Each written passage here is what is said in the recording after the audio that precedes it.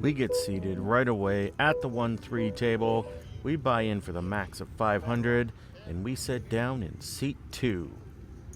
We get our first hand about 15 minutes later. We are in the low jack with pocket 4s. It gets folded to us and we make it 15 to go. The button thinks it's a fair price, but the big blind is a bit greedy. He raises it up to 78. This is typically an easy fold. No reason to call such a large bet. It's under bluffed, and even if it is a bluff, at best, it's a coin flip. However, I consider the depths of stacks and decide to call. If I can hit a set, I could easily get his whole stack. If I miss, I could still take it away if he doesn't like his hand. So I call, the button folds, and we are off to the flop. The flop is Ace 10-6 Rainbow. We've completely missed it, so we only have one option left. If we want to win this hand, we are going to have to bluff at it. He checks it over, so what's his range? On such a dry and static board, he could be checking back any strong hand, pocket aces, pocket 10s, ace king, ace 10, or any good hand. I think about it and put out a bluff bet of 25. We could probably go a little bit smaller, like 15, and save 10 when he actually is slow playing a monster hand, but he thinks about it and raises to 125. When I originally bet pre-flop and then called, what hands does he put me on? 10s, ace king, and now he's raising on the flop. Typically these bets right here are made hands that are still vulnerable, but this smells more like just a made hand, especially with the dry and static board. I fold, and our error loss on this is the $10 we over bluffed the flop. On to our second hand. There are 2 limpers and then a raise to 15 from the button. I look down at ace queen in the small blind and toss in a call. Usually I'll raise in this spot. The cutoff calls as well. The flop comes ace 4-8, giving us top pair. That's a pretty good flop, and our hand is disguised. Normally, I'll be checking this over, but with the board so static and dry, I should be donking out here for around $40, and then just go bet on the turn and river. But instead, I check it over to let the pre-flop aggressor continue. After the cutoff checks, the button bets 20. The turn is a 7. There are now straight and diamond draws out there. This card doesn't change much else. This is another good time to donk out. After betting small and getting 2 callers, it's unlikely he's going to bet again. The pot is around 120. There is roughly 300 in effective stacks. A bet to around 175 is a good target. He can call with his ace X and his draws, and that amount will leave his SPR low on the river. Instead, the button bets small out of turn. So the cutoff and I both check it over, locking in his $20 bet. Last chance to raise here, but instead I just call. We go 3 ways to the river, which is a deuce. The draw's all brick. We didn't improve on the river, so it's probably best to just check and let one of them bluff at it. So that's what I do. I check it, ready to call a bet. They do check it back, and the button shows 9-9. Ace queen is good. It's hard to say how much value we lost or gained in this hand versus if we had played it correctly, but it's likely we won the minimum. There are 4 limpers before I raise the button to $20 with ace 8 of spades. 3 people call, and we are off to the flop. Jack 10 deuce with 2 spades gives us a backdoor straight and the nut flush draw. They all check it over, and with the nut flush draw, we are going to be betting here. We bet out 20 on this wet and dynamic board. If we win here, that's great. If not, maybe we can hit the spades. We only get 1 caller. The pot is now 127, and the turn is the king of spades. This gives us the nut flush and brings in one of the straight draws. He's going to check it over with his entire range, which contains top pair, 2 pair, straights, and small flushes. We need to target these strong hands, but not too big or he's likely to consider folding. If he has a smaller flush and we bet small, he's likely to raise. If we bet small and he has a straight or other made hand, he's probably going to call. If we bet big, he'll fold everything but the best flushes, and then he'll check the river. So a small bet of around $50 is probably best. I make it 30, hoping he will raise a smaller flush. He considers it for a moment and then makes the call. The river is a 9.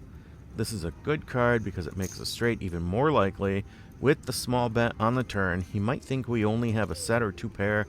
He checks, and I start to consider what he might call and what he might raise. I make it $60, and he instantly calls. He says he had a straight on the turn with Queen 9. Likely, he would have called a much larger bet. Mistakes don't just happen when you lose, they also happen when you win. Looks like we left a lot of money on the table again. No way to tell exactly how much, but probably at least $100. Our next hand, there is one limper before middle position raises it up to 15. The button and the small blind call. I'm in the big blind with ace queen. Time to raise this up. Taking it down now means a free $48, so I raise it up to 85, and they do all fold. Easy money. There are 3 limpers before me. I'm on the button with 8-7, deep stacked, so I limp along. Small blind then raises it to 15, and 2 people call. I could raise it here and possibly take it down with all of the dead money out there, but the small blind and big blind both could be holding some pretty big hands. I have position with a connector, and we are deep stacked, and the aggressor is in the worst position, meaning he can bet, everyone else can call with dead money, and I can extract more potential value. For those reasons, I decide to call. The flop comes 2-8-6 with a heart draw. We've got top pair with a backdoor straight draw. Small blind continues for 15, and middle position calls. I've got some options here, but I could still be way behind a big pocket pair. I've got a straight draw. I call to see what happens on the turn. The turn is the 5, bringing in a second flush draw for diamonds. I now have an open-ended draw to go with my top pair. Small blind is not phased. He bets out 45, and the middle position calls. It's now on me. It seems that the middle position doesn't have a very strong range, and he's likely on a draw, while the small blind is saying that he has an overpair, or possibly a flush draw. I still only have a pair of 8s. Calling to realize our equity is probably the best option at this point. R8 could also be good on blank rivers. Instead, I decide to min raise here to see if the small blind actually has a weak hand or a strong hand. I wouldn't normally make this play, but sometimes I do min raise with value or bluffs to see how much money they are willing to put in the pot. The small blind goes deep into the tank before eventually making the call. Middle position quickly follows suit. The river is the 9 of spades, missing both flushes and giving me the straight. Now I need to figure out a way to get the most amount of money in the pot. Middle position decides for me, and he bets out 300. Now I'm a little concerned he might have a larger straight, but I can't fold. I make the call, and the small blind quickly folds.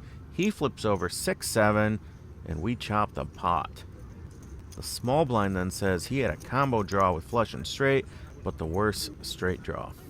We've had a couple days of run bad, but seems to be doing well so far today. Now we are in the hijack with ace king. There are 2 limpers before I raise it to 15. The small blind, big blind, and low jack all call. The flop is 4 jack 10 with 2 spades. I've got position, and they all check it over. All I have is a gut shot with 2 overs. There are a lot of draws out there. I could go either way here, checking or betting, depending on what I want to happen later in the hand. This time, I check it back to see if anyone is slow playing. The turn is the 3 of clubs, a complete blank. The small blind bets out 30, and the low jack calls pretty quickly. The small blind could be taking a stab at a pot he thought was up for sale, and the low jack is likely just on a draw or a weak hand. I could raise or call here, depending on what my plans are for the river and specific reads on people. I think it's possible my ace-king might still be good if it checks down on the river. I do call, and the small blind folds. We go 3 to the queen of hearts. Perfect card on the river. No flush draws came in, and I now have the nuts. Now the big blind checks, and the low jack bets. taking turns this hand, I guess. So what's his likely range? It was likely he was on a draw of some sort. It is possible he rivered 2-pair or a straight. Slight possibility he was slow playing a set, but very unlikely. If I call, the big blind might call as well, giving me another $30. If I raise, is the low jack going to call? If he has a straight, he'll call a very, very big bet, and that's what I should target here. A very large bet, around 250. If he's bluffing, it doesn't matter what size we go, I think about it a while and raise to 200. That's an okay sizing, but a little bigger is probably better. The big blind folds right away, and the low jack tanks for quite a while, and eventually folds. He probably had 2-pair and was too afraid I had a straight. We play a bomb pot every half hour, and this hand is one of those times. Usually we end up just folding on the flop, but this time everyone throws in their 10, and the flop comes 10, king 4, and king 2, 10. That's a pretty good flop for king jack. It checks around to me, and I need to clear some of the people out, so I make it 35. The button and under the gun both call, and we go 3 ways to the turn. A 2 up top and a 6 on bottom. The deuce completes a heart draw. We check it over to the button, who thinks about betting, and then, at the last moment, decides that's a bad idea. And the rivers come 5 and 7. There are various straights and flushes available across the 2 boards now. I haven't improved and still just have top pair on both boards. It checks to me, and I just check back my double showdown value. The button decides to check again, and I roll over king jack, and it's good. We scooped the bomb pot. Typically it's a chop, but this time I was a little lucky. We've lost a few small pots before we are under the gun and raise it to 15 with ace-3 spades. A little weak for opening early, but playable against the right people. Early position raises it to 45. He's been doing this non-stop all night, and this means he's doing it with a wide range. I should be 4-betting him lighter. It folds around to me. Folding is the best option here. Even against a wider range, ace-3 spades isn't a great 4-bet option. I actually call here. My thoughts at the time was, we're deep, he's on a wide range, and I'm closing the action. Not good enough reasons to stay in this hand. The flop comes 7, queen 2 with 1 spade. With ace-3, all I can do is check this over and be prepared to fold. It checks through, and the turn is a 5. This gives me a gut shot. I could bet out here small, but I think checking back one last time is probably best, and if he checks, we can bet the river. He does check behind, and the river is the 9 of spades. Now is the time to bet. At best, he has a weak made hand. Likely he has air. There is 94 in the pot. If he just has an ace, what would we need to bet to get him to call if we had the queen? He's probably not calling much, maybe 20, 25, so if we bet out 50 here, he should be folding most of his non-paired hands. In game, I have a feeling he might be slow playing because he's been raising me all night, and I thought maybe he's just checking so he can raise me. Maybe my ace-x is good. Next time I play this guy, I know how to adjust. He checks behind with ace-jack and wins it with a better kicker. There is another button straddle, and we are in the small blind with ace-10 of spades. I call the 10, and a couple others call before the button raises it up to 40. The guy has been quite aggressive, so I call, and the other 2 also call. The button asks if he should have bet 80 instead. The flop comes ace-9-3, giving us top pair. With the action so far, this isn't a thick value hand. I check it, and it checks over to the button, who checks as well. The turn is a beautiful offset 10, giving us top 2. Now our hand is a nice hand. However, it's unlikely the button has a strong hand now. One of the other 2 could have slow played something like ace-king or 9-9, but on a flush board, it is less likely. Given that they all checked, a lead here makes the most sense. Something around 150, targeting a big ace-x, flush draws, or straight draw combos that want to see the river. Instead, I check it again, hoping someone is going to bet and I can check raise to get more money into the pot. Luckily, early position now bets out 90. The only hand I have to worry about him having here is exactly 9-9. The other two end up folding, and it's back to me. I checked to check raise, so that's what I do. I raise it up, and he instantly mucks. The problem with check raising here is that it looks super strong and maximizes fold equity, not what I wanted to do in this scenario. Would he have called if I had just come out and bet? We'll never know. Button declares that he folded pocket kings. We've been doing well with non-premium hands so far this night, and we look down at Jack-Jack from the hijack. There is one limper, and I make it 15 to go. The guy on my left raises again. I should obviously be raising it up here, but I haven't yet adjusted to his play. I haven't seen him show down much, so I'm not 100% sure if he's just on a run and getting lucky, or if he's actually playing different than everyone else at the table. I just call, planning my own trap. The flop comes 6-9-4. That's a great flop for my hand. With deep stacks, I can go either way with check raising here or leading out. I decide to check, and he bets 35. Now, I should be raising to around 180. I haven't been running well the last couple of days, and I'm not playing the best. I made another very bad decision and just called. This is a very bad spot to try and trap, especially against someone you suspect of playing a wider range. The turn is a 4, pairing the board. This doesn't really change anything as he didn't have 6-9. When the board pairs, people are usually willing to call wider and a bit larger bets. Donking out here is even more important because if he had nothing or a weak draw, he's going to check back to realize his equity. If he has a made hand, he's probably going to check back as well. We've seen him check back ace-x air, so he's probably not going to bluff at it with nothing. He's probably only betting here with a stronger range, so we should be betting to capture value from all the hands he would check back that can still call. Unfortunately, I check, and now he bets out 115. His range is a bit stronger now, but he could still have some draws. A check raise probably isn't the best idea at this point, so we call. The river is the 10 of clubs, bringing in the straight draw, but not the flush draw. Pocket tens also just moved ahead to a boat. Our Jack-Jack hand has gotten a lot weaker and is now thin value at best. I check again. He now bets out 200. I don't even stop to think here with the thin value. I really should be. We can narrow his range down even further.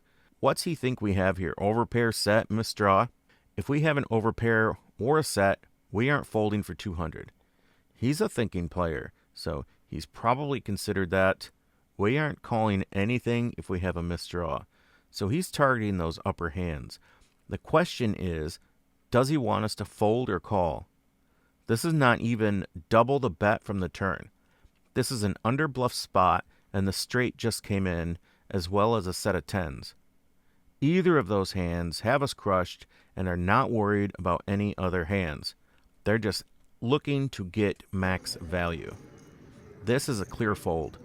We made a ton of errors in this hand and paid the price as he flips over 7-8 for the straight. With that last hand, the night took a totally different direction. We haven't been winning any hands since, and now we look down at pocket jacks. Under the gun opens for 7, and I raise it up in the hijack to 15. The guy on my left raises again, this time to 45. It folds back to me, and I just call. I should be raising here again versus this specific guy. However, I think that because it was a cold 3-bet, he's probably got a much stronger range this time, but I should still be raising most of the time. I call, the flop comes 7-4-10. That's a pretty good flop. I check it over, and now he bets super small. I hadn't seen him do this yet, so I assumed he was weaker. I raise to 35, and he folds. 40 minutes later, we've got Jack-Jack again. We are also in the same position. We raise the limpers to 15, and now the guy on my left just calls. 2 others call, and we are 4 ways to the flop of King 6-4. The small blind donks out for 30. Heads up, this is a clear call. Multi-way, this is a clear fold, with the king on the board and people left behind, but I call with what I think is showdown value. The turn comes 7, and now he bets out 50. So what is his range? Lots of king X, 6-6, 4-4. There were very few draws on the flop, and many of those just got there. This is way underbluffed, and he's got a strong range. This is a clear fold. I think about it a while and decide on a call. The river comes at 10, and he immediately bets out 70. I don't even hesitate. I just call with my second pair. I'm just making error after error after error. I haven't been on my game for a while. He flips over ace-king, and my jack-jack is no good. We add on another 200, and a few minutes later, we get dealt queens on the button. Under the gun opens for 15. I call. I should be raising here, but this guy usually limps, so I put him on a very strong hand, aces, kings, as the most likely, but I still wanted to see the flop. Also, he could have something a bit weaker. The big blind calls as well. The flop comes 8-8-6 with 2 spades. Not a bad flop. If he had ace-king or jack-jack, we are pretty good here. With position, that gives us a slight advantage. It checks over to me. I'm not checking here. I make it 15 to go. They both call. We can narrow down their ranges a lot here. A small blind calls behind. They could have an 8 here, including 8-6. They could have 6-6. They could also be on a draw. The big blind calls after the small blind. This strips out his aces and kings and leaves him with some ace-x of spades and weaker pocket pairs. The turn comes a 5 of spades. The most likely holdings of spades and open-ended straights all get there. Our value hand just turned into a bluff catcher. Under the gun now donks out 35. This could be a bluff, but it could also be the flush. With a small blind behind, and this squarely hitting both the ranges, it's probably best to just give up now. If we call, the small blind could easily pump it up, and that would be very bad for us. I think we should make a disrespectful fold here. But in game, we don't believe him. We call, and the small blind calls as well. The river is one of the worst possible cards, the king of spades. Now ace-king is ahead. Any spade is ahead. Any 8, the straights, pretty much everything. Under the gun bets out again. I fold, and the small blind eventually calls, and under the gun wins with a flush. We lost a little more than we should have on this one, and we add on another 100. Just over 10 minutes later, we get queens again in middle position. I should have left already, but being down, I want to give myself a chance to get back to even. The button straddles for 6, and the small blind calls. It gets over to me, and I make it 20 to go. Guy on my left now raises to 75. The button now calls. I've been losing all my hands, and so I'm thinking maybe if I shove here, I can either win the 150 now, or maybe it's a coin flip. The guy on my left has been raising me a lot, so I put him on a wider range. The last issue is that there is 150 in the pot from these two. I only have roughly 375. If I call, maybe I can get lucky with a low board or hitting a set, but that would happen no matter if I raise or call. If I call, I let the button in. If I raise, I squeeze, putting a lot of pressure on the guy on my left. If I raise minimum to 75, they are both calling. That won't accomplish anything except forcing me to shove the flop or a call. No fold equity at all. 3 times 75 is 225, over half my stack. I don't think I can fold queens here. With this short of a stack and holding this strong of a hand, so the only thing left is shoving. This gives us maximum fold equity for hands like ace-king and other ace-x, but unless the guy on my left has aces or kings, we are coin flip or better. The button probably doesn't have a good hand, or he would have raised himself.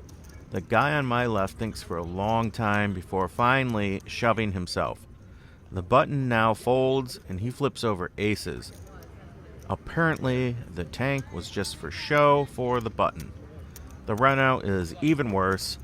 4, ace, 5, 6, 7, and he wins with his set of aces. bad setup, and just the right time and stack sizes. I make a note about this player to watch and see if he's only 3-betting aces and maybe king. I add on another 500 and the night moves on. We are long past the time to leave and we are just playing a couple more hands before we rack up. It's been over an hour of tiny pots when we get ace in the low jack. We bump it up to 15 and get 4 callers.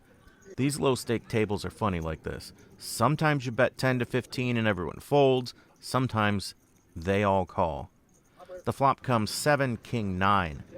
They check it over to me and I feel like the guy behind me wants to bet, so I check it over, planning on a big check raise. He does bet out 25 and the big blind calls. I pull the trap shut, I raise it up to 150 and they eventually both fold. One of our only wins in hours. Had we bet small, they likely would have completed their flush or hit 2 pair. Feels good to finally win a hand after so many hours. We have 5 6 of spades in middle position. There is a button straddle for 10, the small blind calls, I throw in a call, and the hijack now raises it to 50. When the button calls, that gives me a bit more implied odds. This is clearly a fold, but I go ahead and make the call as we are pretty deep and kind of tilted from losing all night. The flop comes 5-9 ace. I check it over to the aggressor and he checks it. The button checks back as well. The turn is the king of spades. This gives us a flush draw to go with our pair. Low jack did not like the flop with that ace and the button probably doesn't have anything. Now the low jack bets on the king on the turn.